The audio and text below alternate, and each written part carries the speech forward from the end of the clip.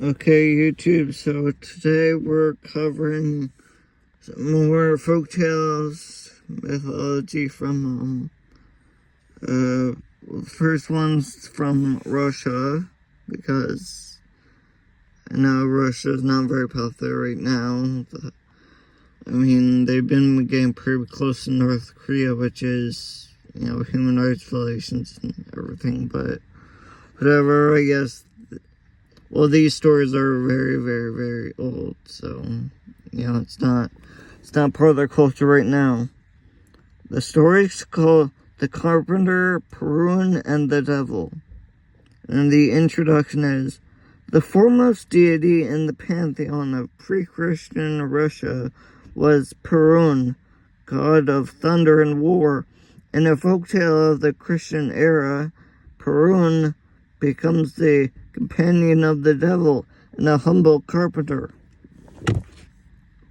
So the three found a place to live in the forest, and the carpenter built a hut for them.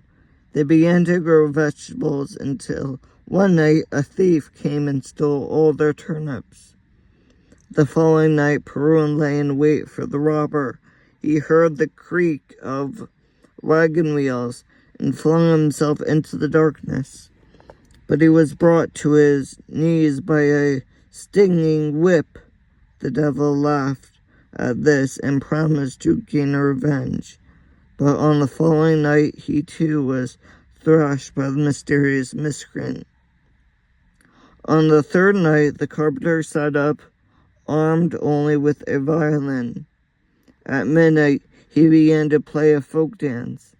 Instantly, the thief appeared, a withered old woman, and begged to be taught the tune.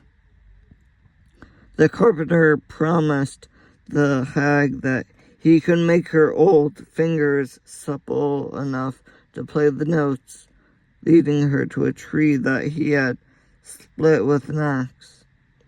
He placed her hands in the crack, then knocked the wedge away, trapping her fingers.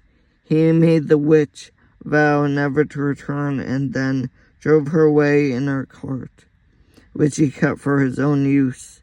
Perun, the devil, and the carpenter decided to part soon afterwards.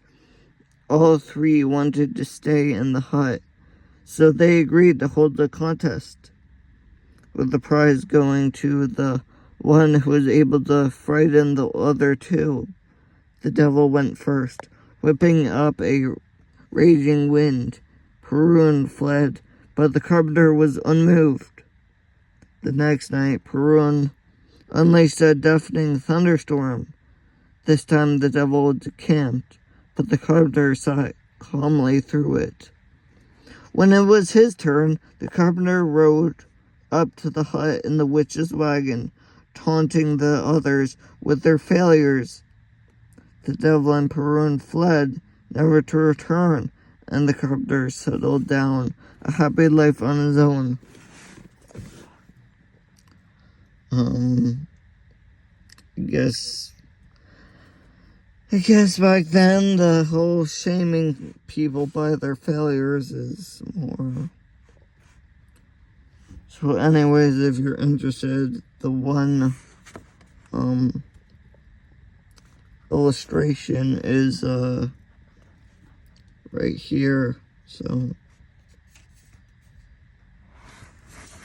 yeah, there's one illustration, and let's see, the other story I wanted to share today is called A Foolish Dragon. It's from I don't know, maybe China or something. We'll figure it out. Dragons were powerful beasts, capable of mounting the clouds to bring rain or harnessing rivers in time of floods. But the legends also often portrayed them as stupid. One told how a sea creature on a mercy mission was easily outwitted by a monkey. One day, a dragon living in the ocean saw that his wife was unwell.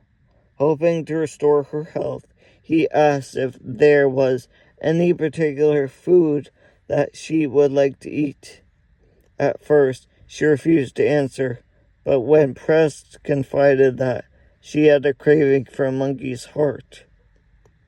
The dutiful husband made his way to the shore, where he spied a monkey in the treetops.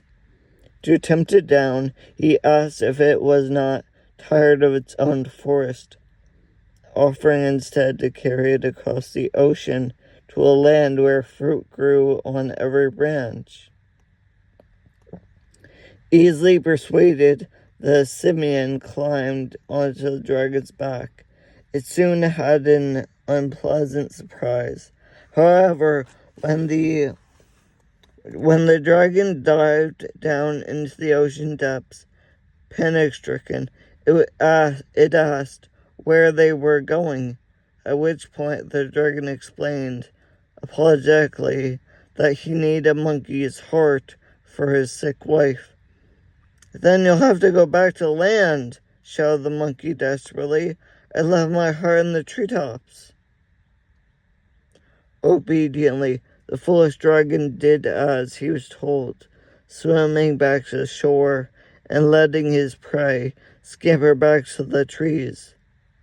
Scrambling rapidly to the safety of the topmost branches, the monkey thought to itself as it watched its former captor waiting in vain below, "What simpletons dragons must be to fall for a story like that." So if you're interested, the illustration is, here's the illustration about the dragon and the tree. So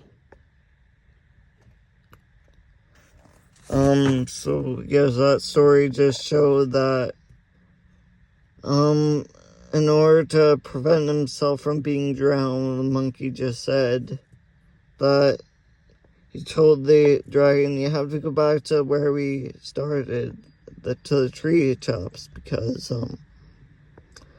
if you want my heart, you get it." Was the monkey tricked the dragon, because the dragon really thought that the monkey took out his heart and left it somewhere else.